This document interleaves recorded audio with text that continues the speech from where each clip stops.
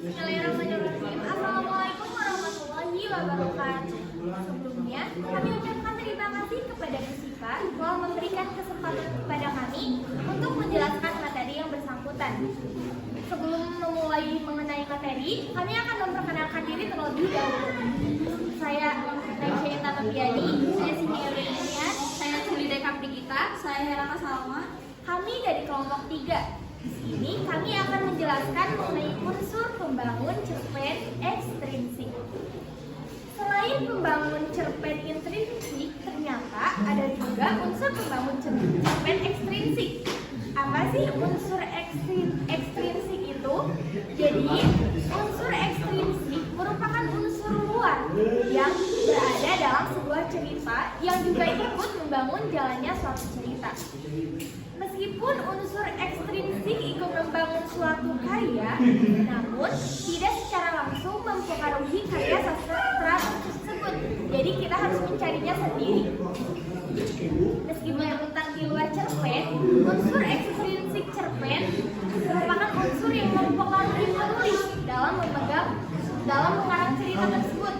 Salah satu unsur ekstrinsik adalah kondisi emosional penulis, pengalaman penulis, dan lain-lain yang akan kami jelaskan. Yang pertama ada latar belakang penulis. Jadi teman-teman, latar belakang penulis sangat mempengaruhi cerita yang ditulis. Ini bisa meliputi segala hal tentang profil penulis, kondisi psikologis penulis, sampai aliran sastra penulis. Yang pertama ada riwayat hidup penulis. Jadi, riwayat dan pengalaman penulis menjadi faktor yang sangat penting dalam menulis cerpen.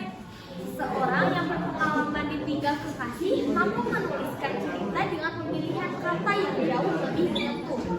Pengalaman penulis ini bisa menjadi kekuatan tersendiri dalam menulis, karena bukan hanya kata yang tersampaikan kepada para pembaca, tetapi juga rasa. Selanjutnya ada kondisi psikologis penulis. Kondisi psikologis dapat memotivasi penulis dalam mengarang sebuah cerita. Suasana hati psikologis menjadi salah satu penentu alur cerita dalam cerpen. Nah, selanjutnya ada aliran sastra penulis. Aliran sastra adalah jenis sastra yang menjadi karakteristik penulis dalam menulis cerita tersebut. Gaya bahasa dan alur cerita sangat dipengaruhi oleh aliran sastra penulis. Nah, yang kedua ada unsur ekstrinsik dari latar belakang masyarakat. Nah, apa sih yang dimaksud dengan latar belakang masyarakat? Latar belakang masyarakat adalah unsur ekstrinsik yang terdapat di sekitar masyarakat tempat penulis mengarang cerita. Unsur ini juga dapat mempengaruhi penulis dalam mengarang cerita. Yang pertama ada ideologi suatu negara, yang kedua ada kondisi ekonomi, yang ketiga ada kondisi sosial, dan yang keempat ada kondisi politik. Untuk yang ketiga ada nilai dalam cerpen. Unsur ekstrinsik cerpen lainnya adalah nilai yang terkandung dalam cerpen.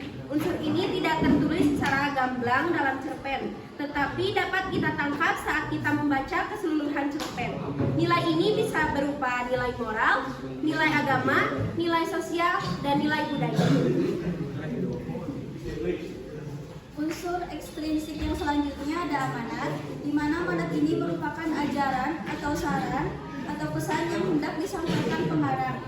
Amanat dalam cerpen umumnya berupa bersifat disembunyikan pengarangnya di balik peristiwa-peristiwa yang membuat isi cerita. Nah, teman-teman, rupanya cukup sekian yang dapat kita jelaskan mengenai unsur pembangun cerpen ekstrinsik. Sebelum kami mengakhiri presentasi ini, apakah ada yang ingin ditanyakan?